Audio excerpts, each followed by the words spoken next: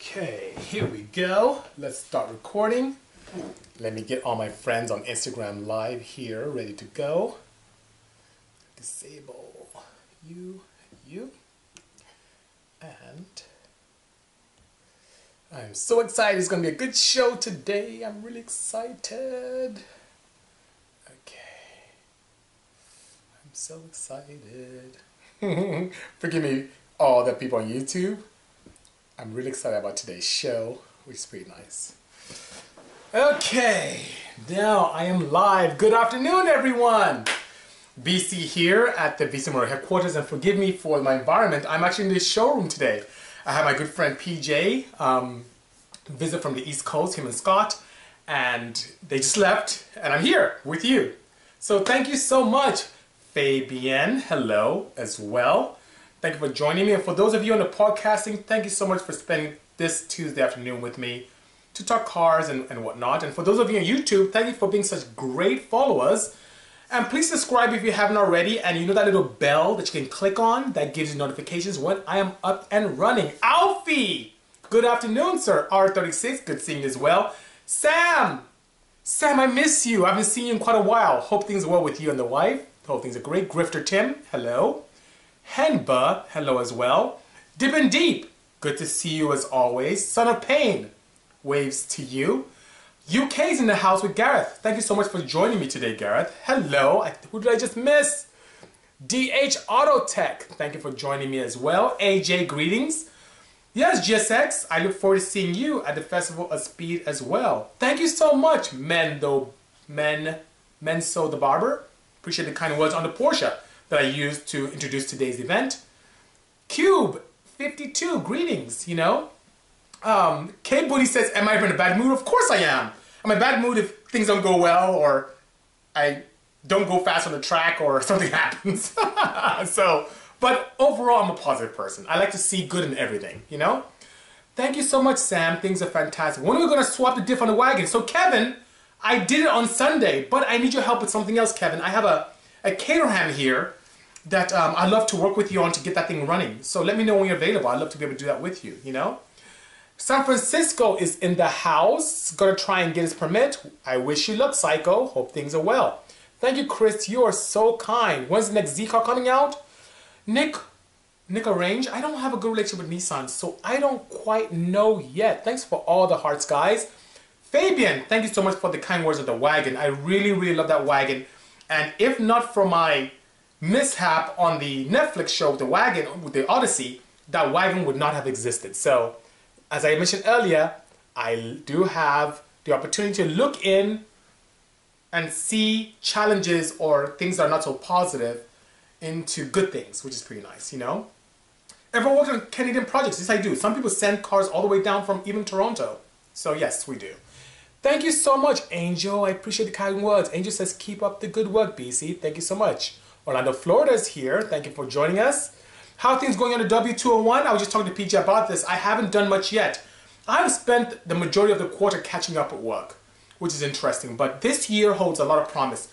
I feel that this year you're going to see a lot more in-house projects from me. You're going to see a lot more BC on the track, which is pretty exciting for me as well. And a lot more great partners coming on board to help us do some wonderful things in the automotive community. Did I receive a new Porsche at the Porsche in Zuffenhausen? No, I haven't even been to Zuffenhausen in Germany. I've been to Germany to see some of my dealers, but I've never had the opportunity to go to the Porsche exhibit or the Porsche event or Zuffenhausen at all. I have not. Hello, Automotive KMD, good seeing you. Hello, neighbor MJ, good seeing you. Any new Honda builds coming up? So it's too early in the year. We're barely in February. We tend to get an idea of projects from American Honda come April, May. So if I have the opportunity to explore some project with American Honda, I'll definitely let you know. But I know that this year, some of their focus would be on the new Pilot, the Passport. They're doing some stuff with the Ridgeline. I know that those are kind of the projects they have in mind right now, so you never know. But I can guarantee you, if we end up doing something, it'll be very, very exciting, you know? How much power can a D16 transmission hold, as Jay Hernandez? So in my experience, you can put a D-Series gearbox through anything from factory to 700 horsepower without challenge. Now, here's where it gets interesting. The type of clutch you use, being that does it grab very aggressively, could break aluminum forks which exist from the 1988 all the way to 1995 D-Series gearbox. So those gearboxes have aluminum forks which, if you put a lot of drivetrain shock into them, it tends to shock those forks and they break and you get this grinding effort. One thing I like about the D-Series gearbox is that they're very stubby, short gears, so they're very strong when they interlocked. So that being said, you don't tend to see the shearing you see with other gearboxes. But here is a secret. There is a D-Series gearbox that bolts onto all D-Series engines, and even the ZC twin cams or the D16 A1s and A9s, that most people don't pay attention to, but I use in my own drag cars running 28-inch slicks and running low 9s with them without failure. And that is the D16 A1 gearbox from the 86 to 89 first generation Acura Integra. That gearbox is pretty robust. Not only are the gears pretty strong, and the capability of having a 5-speed is there, it has a steel shear forks, and here's what you may find appealing. You know how the B-Series guys and H-Series guys put a handcuff in lieu of 5th gear so that you can have the strength and the gears don't, the main shaft and counter shaft don't tend to spread, and the tips of the gears engage and they shear off? Well, you'll be pleased to know that that 86 to 89 Integra D-Series gearbox has bearings that exist between 4th and 5th gear. Because you have that black cap that's on 5th gear, and what does that mean? Honda went out of their way to really build that gearbox to make it very robust, and you don't get that spreading of the main and counter shaft that you may see with other gearboxes. It's very robust. I have 3 of those gearboxes. One is a spare, the other one is the backup, and the proper one I loaned in the car, I never have to switch them out. They're really, really strong. So, looking to that gearbox is something that I think you can find extremely appealing, you know? Gareth is saying, Bisi, I haven't seen much of Twin Turbo Cayman. Any updates? Well, it's just sitting here in my showroom. I haven't had a chance to, you know, I'm kind of one guy driving cars. I can't get to all the vehicles. So the Cayman I haven't touched in a while. I do want to update, so I want to update the pistons in that and rods, because I have some new rod designs. I do want to convert it from an air-to-air to liquid-to-air. It's just a matter of time. I haven't had time to do it, so please forgive me. Let's see here. What services do I offer for air-cooled engines? Cool, quite a bit of tuning, conversions from mechanical injection to the proper sequential fuel injection as well.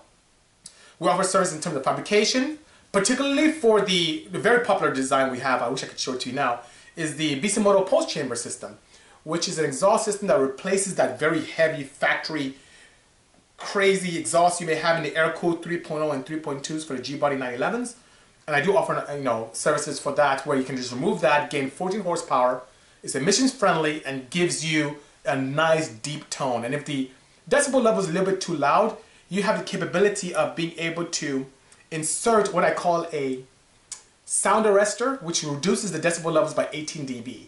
And that makes it very nice. Too quiet for me, but some people like it, which is pretty nice. It's very popular indeed, you know? Canadian ship cars down there, but I've come up there only, so Clint, I went to Toronto twice last year for filming, but never to do work, you know? Yeah, Kevin said, let's go racing. Kevin, I miss racing a lot, guys. For those of you who don't know me well, I was crazy when it came to racing. I was at a drag strip Friday, Saturday, Sunday. Every chance I could get. My season consisted of starting from Orlando, Florida, and working my way down to the West Coast. And I just loved it. It was a great stress reliever and allowed me to create some great products and so on and so forth. But it's so kind of crazy of recent, you know, you start a business and you're there to help customers and you have a family, and it kind of takes away from your pastime. So it's very, very important to me this year to be able to have that balance with family, that balance with being able to take care of what I love so much, which is racing, and also make my customers happy. So what that means is some things may have to pull back on, particularly, let's say, some products I have in the market which are not very technical or exciting. I may pull those away, but it'll give me the opportunity to race more and even create more exciting product, which is pretty nice. And I may not work every day, because right now I work every day. Every day. When I'm home, I'm home. I spend time with the family, spend time with the children. I'm not one of those guys who go home in the evening and then sit down and kick back. It's very important to me to be able to spend time with the kids and interact with them and help with the homework and be there and be physically there and emotionally there. But I'm not one of the guys who just would go home and just watch television. I don't care for that. Or watch sports. I don't care for that either. So that being said, balance is very important to me this year, which is why I plan on exploring, which is pretty nice, you know?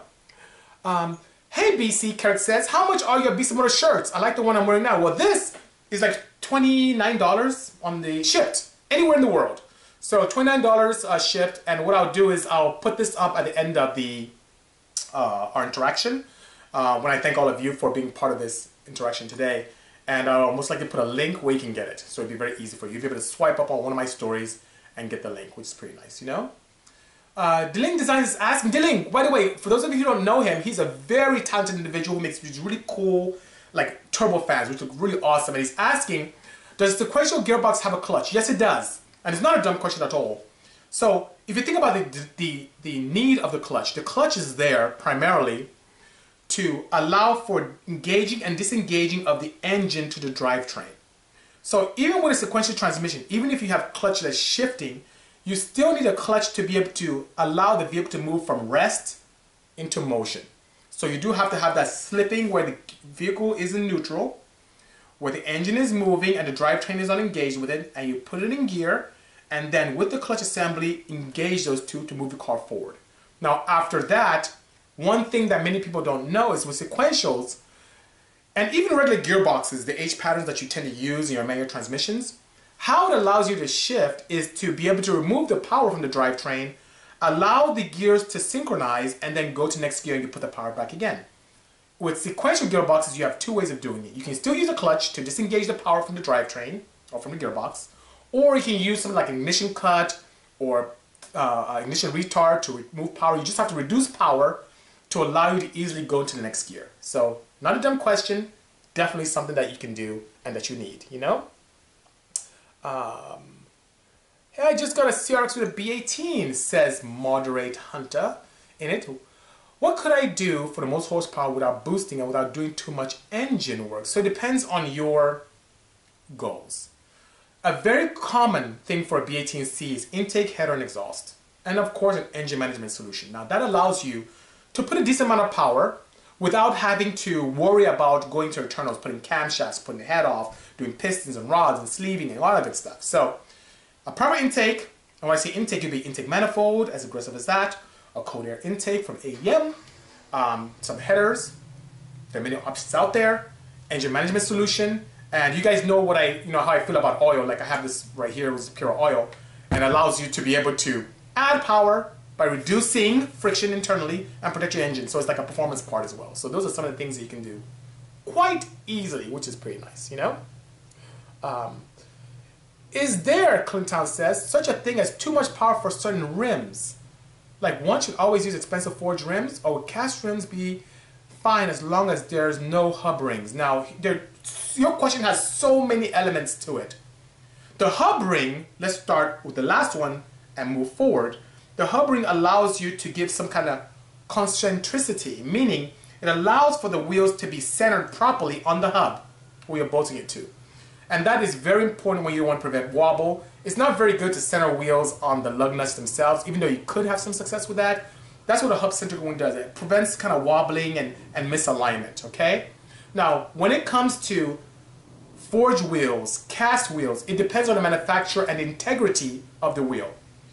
Our industry is plagued, and I really mean the word plagued, with so much rubbish out there. There's so many fake wheels that don't pass FEA certification, where you can check for strength and it's never checked. TUV in Germany is very strict with what wheels they're allowed to be sold there, and you have to pass very stringent tests in terms of integrity and strength, and a lot of these wheels don't. What I typically do is I always partner and buy wheels from reputable companies. You know, I use 1552. I have a wheel from Carbon Revolution. So it doesn't necessarily have to be material. For example, which is great, forgive me, I'm gonna stand up here.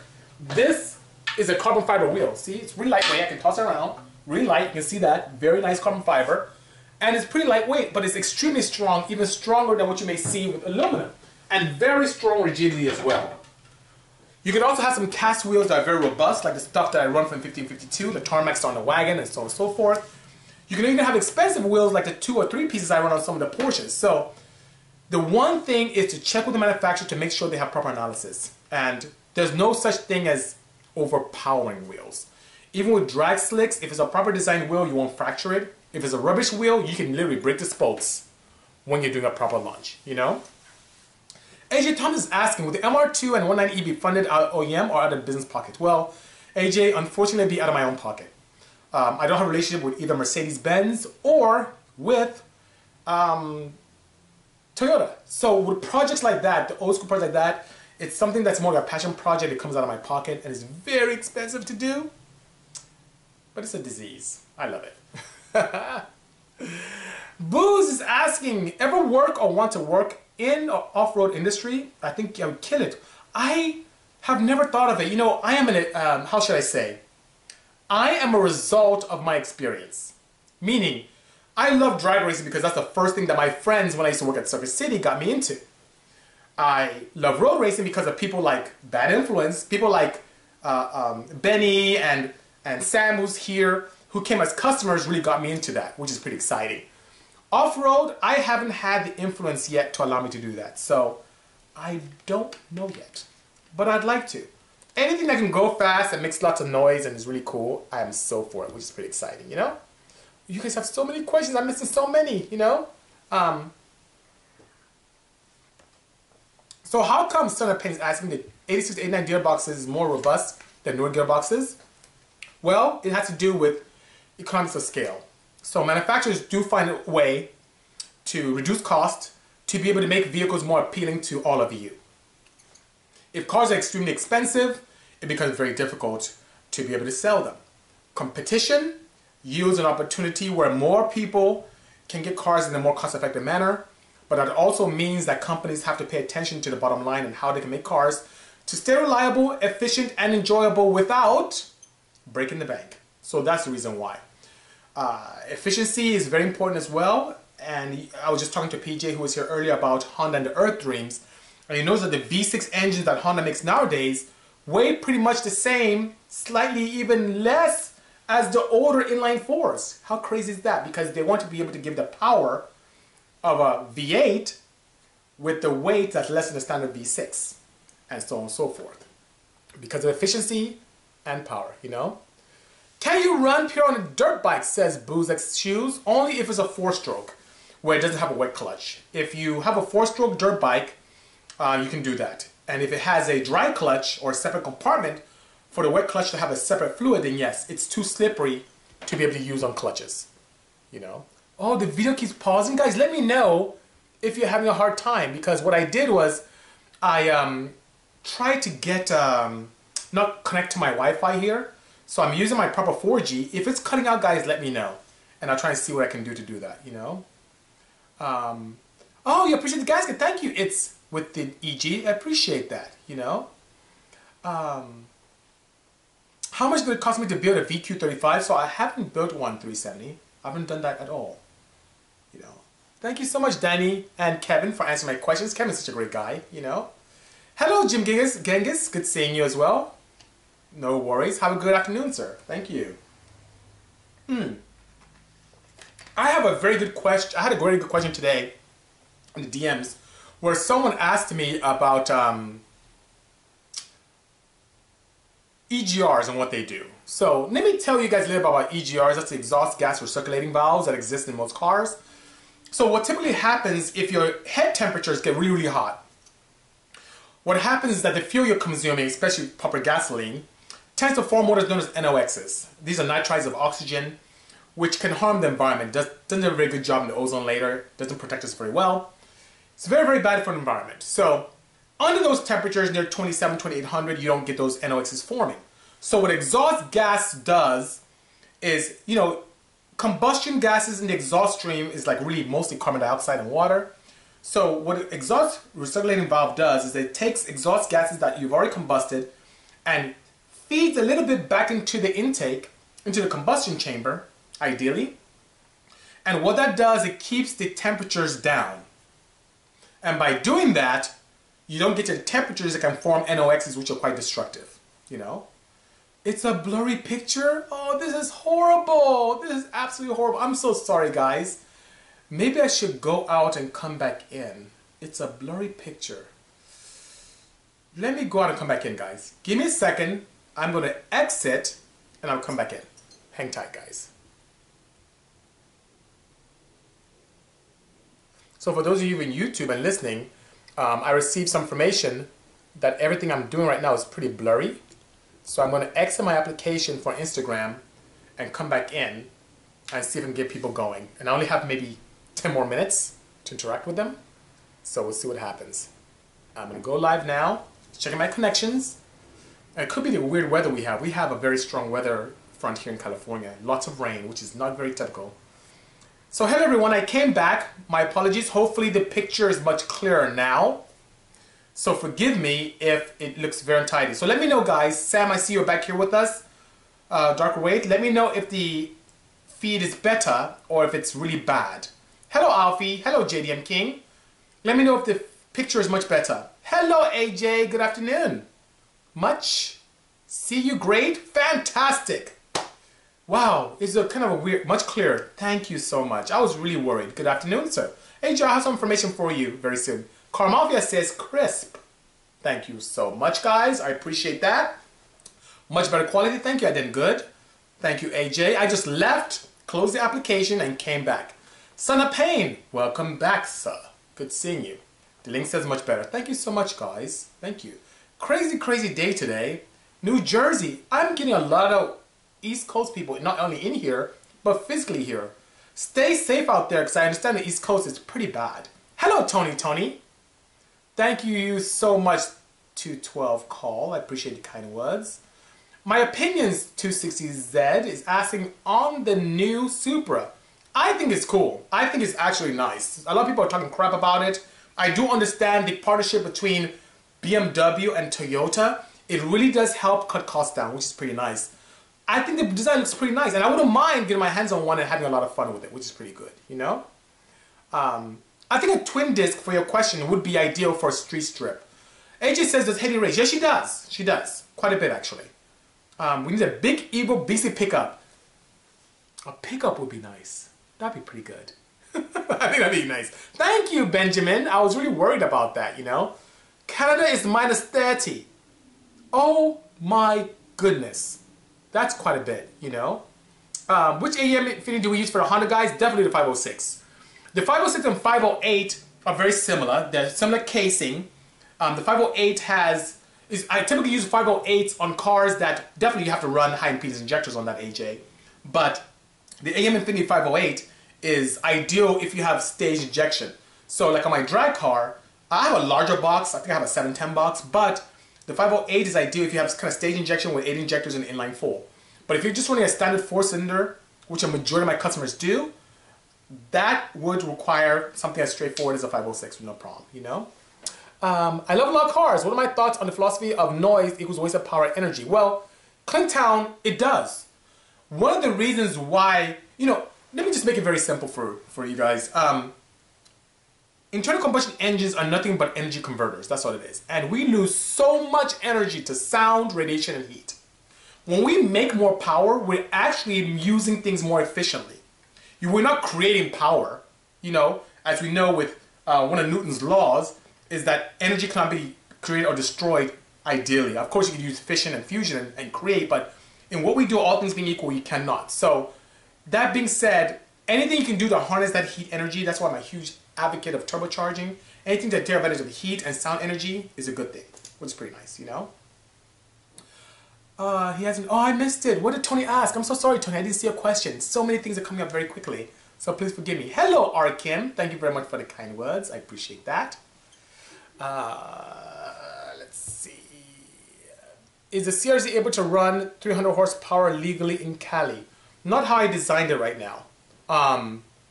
Actually, I don't know if laws have changed, but before, hybrids weren't subject to emissions testing, so I don't know. Can I tune Megasquare ECU? I don't like tuning Megasquare at all, so I refuse to it. I don't do it, you know. Street King, no, I don't have ASC certifications because I'm not a mechanic. So, as an engineer, I like to design components to go fast. I do a lot of R&D here, testing, dyno tuning, but I'm not a repair facility. So I do not have an ASC certification. So I hope that helps, you know.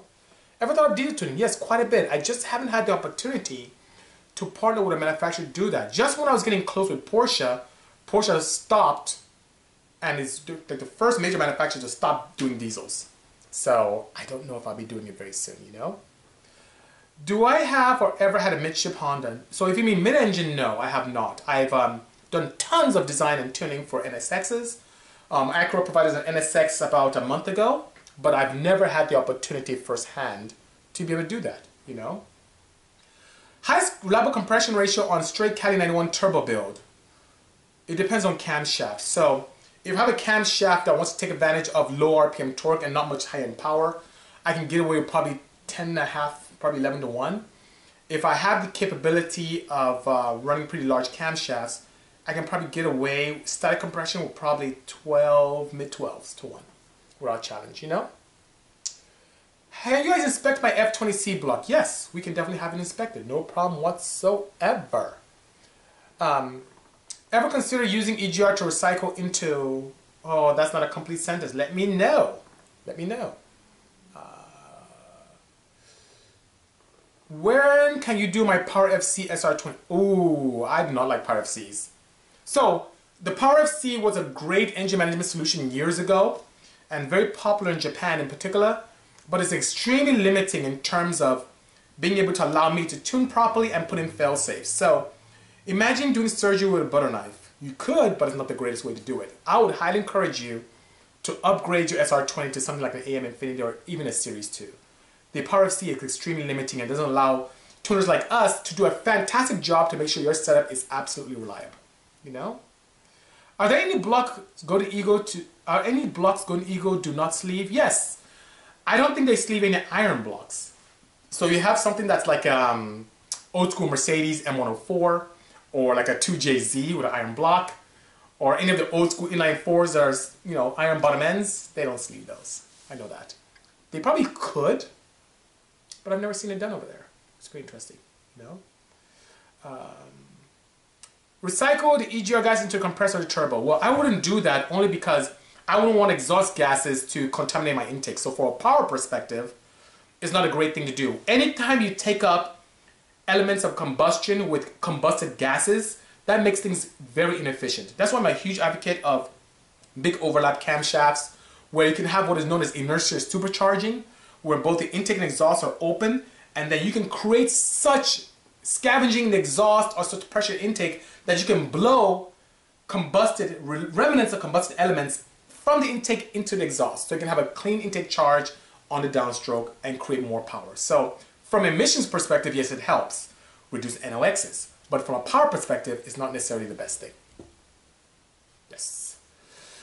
I should build a Dubai-style dune climber with an old Nissan Patrol. You know what's crazy? 22, that'd be awesome. Nissan Patrols are not indigenous to here. I'm from Nigeria. Nissan Patrol, I grew up on Nissan Patrols, but they're not here in the US. That'd be pretty cool. You know what I like? I was at CES and FCA had a very large booth with Jeep and Dodge and Chrysler, and they had this pretty cool Jeep Wrangler that looked like a partial pickup with a quad cab, which is pretty cool. It was pretty nice. I wouldn't mind having one of those or playing around with that, you know? Hello, Clarence alums. Good seeing you. Thank you so much, husband. Yes, absolutely, absolutely. Will I consider doing a GR Supra build with Craig Lieberman? Ooh, I like Craig. I've known Craig since the old school Nopi days when he was involved in the earlier Fast and Furious as a technical liaison for that film. Great guy. If he's building one, I wouldn't mind. I definitely wouldn't, you know? Do eco-mentalists ever get mad at you for what you do? Yes, they do. So AJ, I did it both. And when I talk to those people, they tend to be the enthusiasts that find it appealing to play around with more EV cars, even though it takes a lot of coal to create enough energy to be able to charge an EV setup. But here is the fine line. I'm a huge advocate of alternative fuels. I love hydrogen, I love ethanol, I love fuels that can allow me to even make power. I love natural gas. I love fuels that have high octane, allow me to make a lot of power and have fun without the guilt. I'm huge on that, you know, which is pretty nice, you know? Guy Gillett is saying, do I remote tune? I do not. And the reason why is because there's something very important. Hello, Luscious. Turbo Pineapple, good seeing you. There's something very connected with listening to a car, hearing things, feeling things. Above and beyond that, when most people say remote tune, they mean like a street tune where someone drives down the street, gets a log and sends to you. Not only is that dangerous, but you can never, ever optimize ignition timing or cam control on the street. Absolutely impossible. You need to quantify that information with a dynamometer. You need to be able to know what the torque curve looks like and how it does it. And engines don't make the best power, don't make the best mean pressure near knock. So when I see these remote tunes where people send your logs and they put more and more timing until you're about to knock and they back off, that's not ideal. Plus, not all cars want the same fuel ratio. On the same car, you don't optimize power with the same fuel ratio across the RPM band. You may want a certain fuel ratio at peak torque, which differs from high RPM. You may want to be able to have a leaner mixture down low, and for safety and heat that's created in high RPMs, you might want it to be a little more richer. How do you know that if you don't have access to a dyno? Absolutely impossible. So, that being said, find a reputable dyno, find a reputable operator, dyno to your cars. You spend so much time saving up and buying the best parts for your car, don't ever, ever cheapen out on it, you know? Can I explain VTEC lock pros and cons? So here's the beautiful pros of locking VTEC. Locking VTEC allows you not to have to worry about VTEC solenoids going out. Doesn't have to make you worry about, no, it depends on how you lock it. Some people put pins, which I feel that puts a lot of strain on the center lobe. So now that one lobe sees the pressure of two springs or retainers, it puts a lot of friction. That's why it's even more important to use oil. The advantage is that you don't have to worry about VTEC going in and out. You don't have to worry about falling out VTEC. You don't have to worry about anything else. The proper way that I like to see with VTEC elimination is to have longer rockers that use the outer lobes. So you have one rocker per lobe, and you have a custom camshaft that has a big profile on that, and you eliminate the center. That's what I like. It makes for a much lighter valve train application, removes any components that can add weight, hence allowing for higher RPM capability, and allows you the opportunity to make even more reliable power, which I like very much. But just putting pins in it, the only advantage I see there is being able to eliminate some of the VTEC solenoids which can fail from time to time. You don't have to worry about that at all, and it has a pretty cool idle. It's pretty nice. So, Keno Show is saying, this might be a dumb question. Instead of using nitrous oxide, have you thought about doing pure oxygen injection? So if you do pure oxygen is very explosive. Not very safe at all. So I have never thought of it because I do understand that just having pure oxygen can be explosive in nature. So I wouldn't do that. The one thing about nitrous is that the nitrogen component of that allows for some sensible stability, which helps quite a bit, you know? Thank you, Tub Ninja. Appreciate the kind words. My pleasure, 212. I appreciate that indeed. So guys, I have quite a bit to do, and I want to thank all of you for joining me in this waiting room here at Bisimoto. And I appreciate all the wonderful questions and being able to assist as time progresses. But nonetheless, I will be here again next week. I'll be on actually in and out this week as well. And I'll be getting requests for me to do like a small information seminar on the oil. So I may put together a PowerPoint presentation and then have you guys join me on that as I do this slide presentation, sharing the advantages of oil. Very balanced. Of course I'll talk about pure oil, but I'll talk about oils and why it's important and so on and so forth. Putting a little bit of a backgrounder into my chemical engineering, which would be really nice, okay? So guys, have a good afternoon. Thank you for joining me here. And I look forward to seeing many of you soon. Take care. Cheers. Stop it, Sam. I saw that. Bye.